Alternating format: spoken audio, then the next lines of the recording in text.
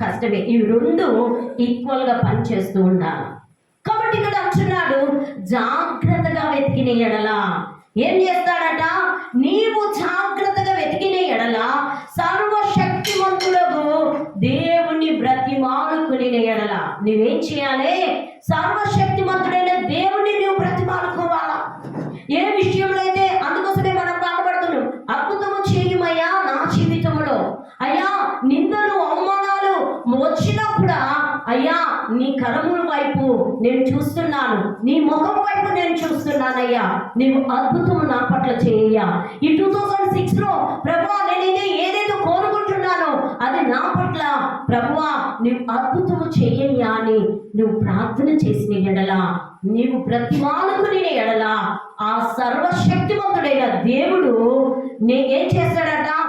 ఆయన నీకు సహాయం చేయవాడైంటున్నాడు. నువ్వు అనుకుంటున్నావా ఈ 2006లో కూడా అదే పద్ధతిలో నడవాలి?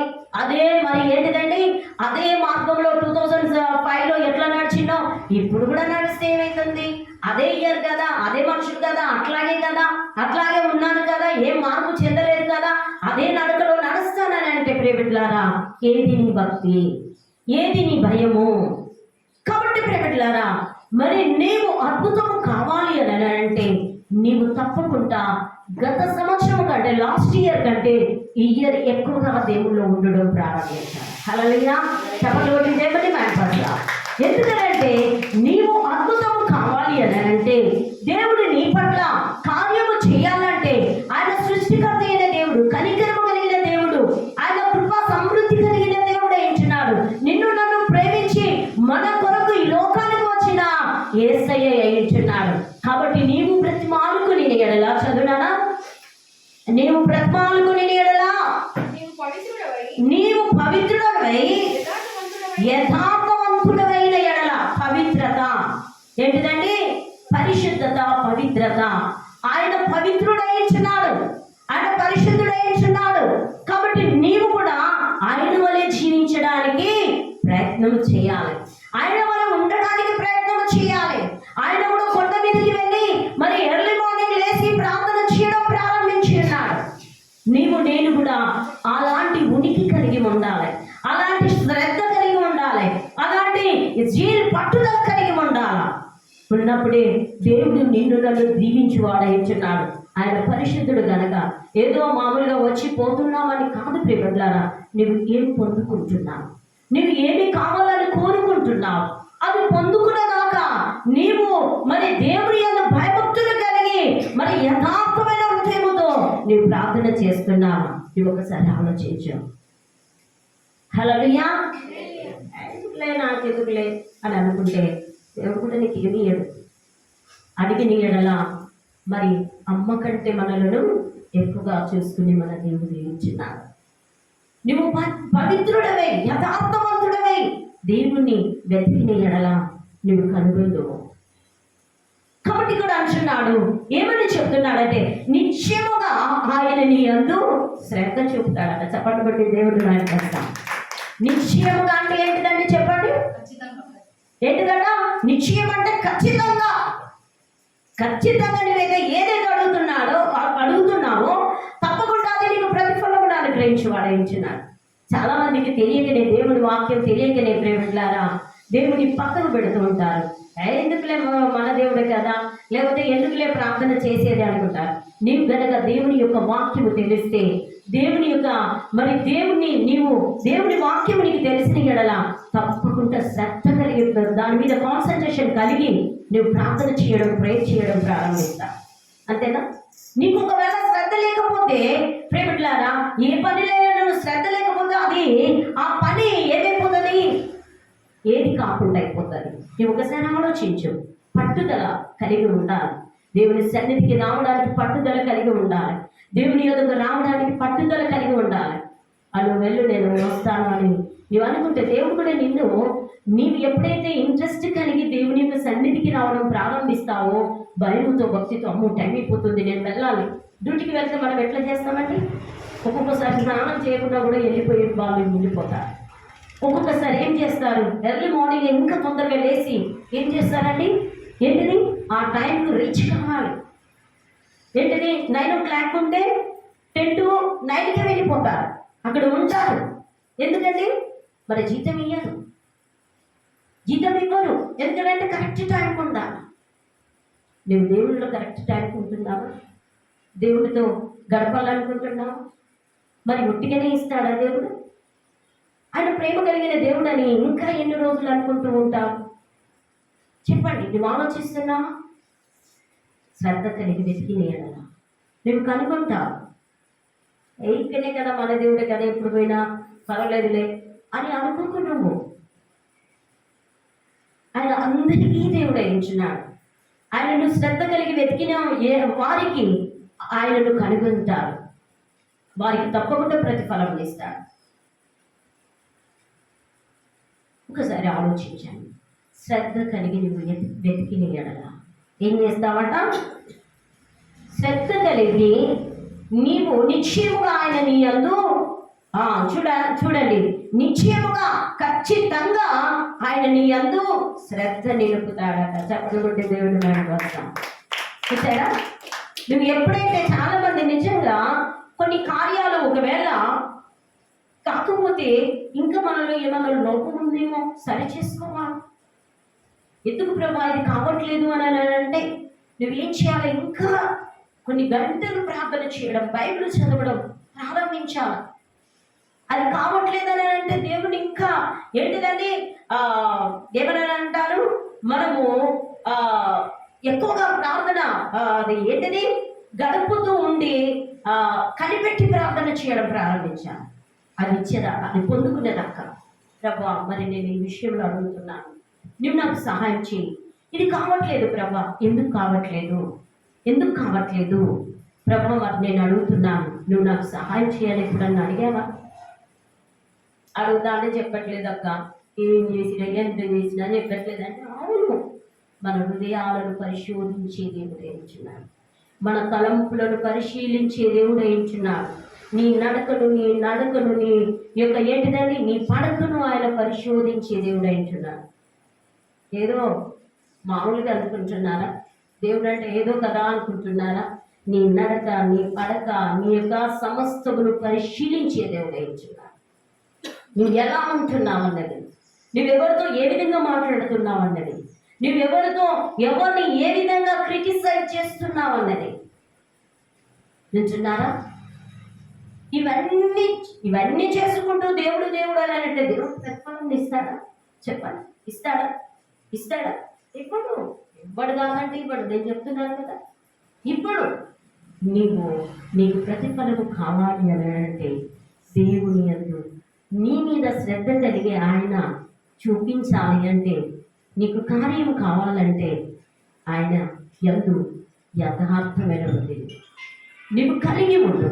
దేవుడు నిన్ను తప్పకుండా దీవించువాడయించున్నాడు. 2026లో దేవా మరి నేను అడుగుతున్నాను, నా పట్ల నీ చిత్తం ఏమై ఉన్నది, నా పట్ల నీ ఉద్దేశం ఏమై ఉన్నది ప్రభా, నువ్వు నాకు సహాయం చేయి, ప్రార్థన చేయి. అప్పుడు దేవుడు ఏం చేస్తాడండి? దేవుడు కార్యంలో చేస్తుంటాడు. పాస్టర్ గారు చెప్పారు, చాలా మంది ఏం చేస్తూ ఉంటారంటే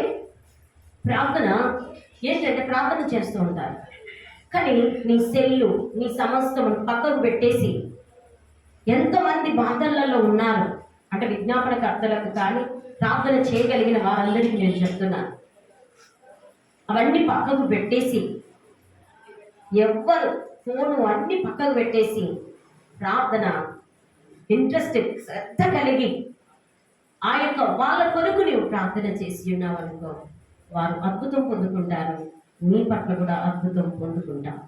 హల్లెలూయా. చెప్పబట్టి దేవుని మేనకస్తా శ్రద్ధ కలిగి నీవు ప్రార్థన చేయడం. అప్పుడు నీవు శ్రద్ధ కలిగి ప్రార్థన చేస్తూ ఉన్నప్పుడు దేవుడు నీ పట్ల శ్రద్ధ నిలిపి ఏం చేస్తానంటున్నాడమ్మా? శ్రద్ధ నిలిపి నీ నీతికి తగినట్టుగా నీ నివాస స్థలమును చూసారా, నీ నివాస స్థలాన్ని కూడా వర్ధిల్ల చేస్తాడు. నీ నివాస స్థలాన్ని వర్ధిల్ల చేయను. చాలా మంది అంటారు, నాకే నేనే కట్టుకున్నాను, నాకే నేనే చేసుకున్నాను, నాకే నేనే ఉన్నానని అంటే అది అంత వేస్ట్ మాటలు. యెహోవా ఇల్లు కట్టించని ఎడల కట్టువారి ప్రయాసము వ్యర్థమే. దేవుడు ఇచ్చిన దానిని అది కాపాడుకోవాలి. దేవుడు నీకు ఇచ్చిన దానిని కాపాడుకొని ముందుకు వెళ్ళడం ప్రారంభించాలి. దేవా, నాకు ఇచ్చినందుకు, ఎవరికి లేని ఆధిక్యత నాకు ఇచ్చినందుకు నీకు వందనాలు ప్రభా. ఎప్పుడన్నా అట్లా చేశారా మీరు? ఎప్పుడన్నా చేశారా? దేవుడు ఏదైనా నీకు ఇచ్చిన దాన్ని బట్టి కృతజ్ఞత స్తుతులు చెల్లించావా? నేను ప్రయత్నం చేస్తేనే నాకు వచ్చింది, కానీ నేను ప్రయత్నం చేయకపోతే దేవుడు ఏమి ఇస్తాడు? ఆ ప్రయత్నంలో కూడా దేవుడి యొక్క ఆలోచన ఉంది కాబట్టి, ఆ ప్రయత్నంలో కూడా నీకు ఇవ్వాలని అనుకుంటున్నాడు కాబట్టి దాన్ని బట్టి దేవుని స్తుతించు. అంతేనా? ఒకసారి ఆలోచించావు ఎప్పుడన్నా? లేదు నాకేనేం చేసుకున్నాను, భక్తి నీకే, నువ్వు ఏం చేసుకోలేదు. ఆ ఇచ్చిన దానిని చేపట్టు. ఇచ్చిన దాన్ని బట్టి కృతజ్ఞత కలిగి ఉండు. ఎవరైనా మనకి ఏదైనా వస్తువు ఇచ్చారనుకో, ఆ వస్తువుని బట్టి మనం కృతజ్ఞత కలిగి ఉంటామా, లేకపోతే ఏమి అని అనుకుంటాము? చెప్పండి మీరు ఒకసారి. కృతజ్ఞత కలిగి ఉన్నప్పుడే నువ్వు దేవుని బిడ్డవు, మనిషి అనబడతావు. అంతేనా? అంతే కదా. చూసి చూసి ఏం చేస్తారు కొంతమంది, చేసి చూస్తారు. ఏ నియమాలతో నాకు వచ్చేదేమున్నది, ఆమె చేస్తేనే నాకు అవుతుందా అనుకుంటారా కొంతమంది. అది మూర్ఖ లక్షణమై ఉంటున్నారు. ఆమెతో నాకేంది, ఆమె చేయకపోతే నాకు కాదా, నాకంటే ఎక్కువనా, నాకంటే ఎక్కువ ప్రార్థన చేస్తారా? అది నీ యొక్క మనస్తత్వం, నీచమైన మనస్తత్వం ఉంటున్నారు. ప్రియ సహోదరి సహోదరులారా, ఆలోచించు. అందుకోసమే అంటున్నాడు, నీవు శ్రద్ధ కలిగి, నీవు నా మీద శ్రద్ధ కలిగి నిలిపిన ఎడల నేను నీ మీద శ్రద్ధ నిలిపి ఏమని అంటున్నాడు, నీ నీతికి తగినట్టు నువ్వు ఎంత ఏంటిది నీతిమంతుల గుడారము ఆయన ఏంటిదట ఆస్వాదించండి. హల్లెలూయా. నీతిమంతుల గుడారాన్ని వర్ధిల్ల చేయడం, ఆశీర్వదించడం. నీవు నీతికి తగినట్టుగా జీవించాలి. ఇక్కడ అంటున్నాడు, ఆయన నీ నివాసమును వర్ధిల్ల చెయ్యను. ఒకసారి ఆలోచించు. నీవెంత భక్తిగా ఉంటే అంత దేవుని యొక్క ఆశీర్వాదాలు, ఒకవేళ కష్టాలు, నష్టాలు, బాధలు అవన్నీ వస్తూనే ఉంటాయి, కానీ వాటికి మార్గములు కూడా దేవుడిని ఏర్పాటు చేస్తాడు. చప్పట్లు కొట్టి దేవుడిని వాటికి మార్గాన్ని కూడా ఏర్పాటు చేస్తాడు. అమ్మ ఫలాని దిక్కుపో, ఫలాని టైంలో ఇట్లా చేయి, ఈ విధంగా చేయని దేవుడికి ఒక తలంపుని ఇస్తాడు.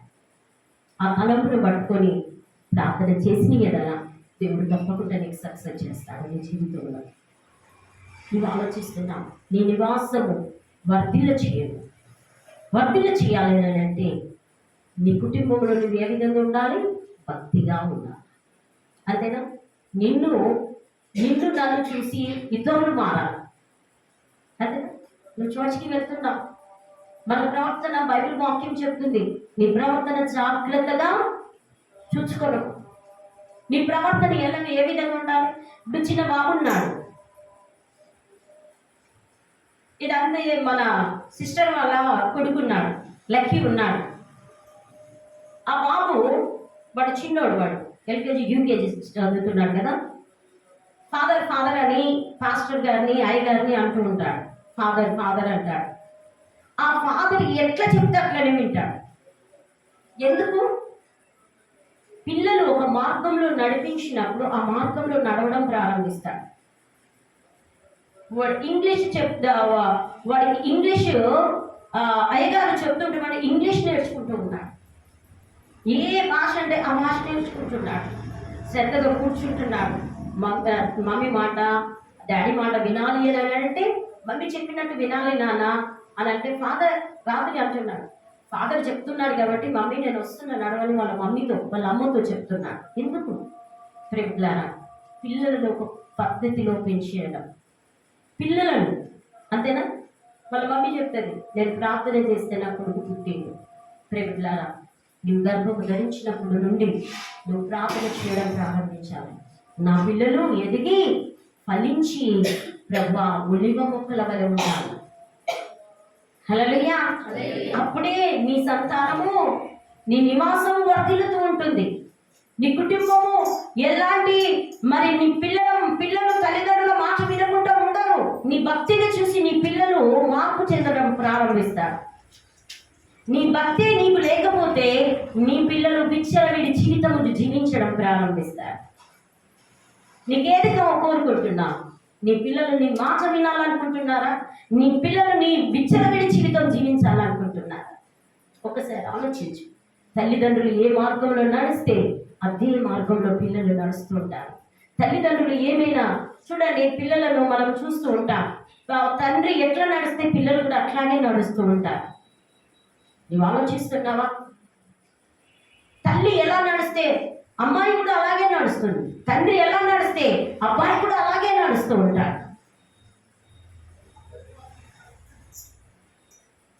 ఒక్కసారి ఆలోచించాలి.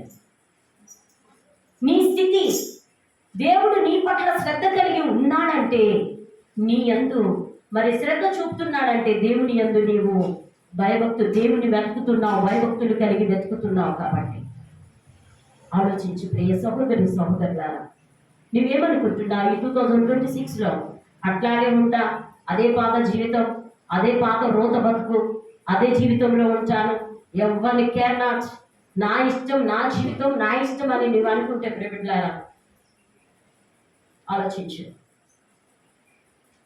ఆలోచిస్తున్నావా? 2026లో ఏ విధంగా మనం ఉండాలని ఆలోచించు.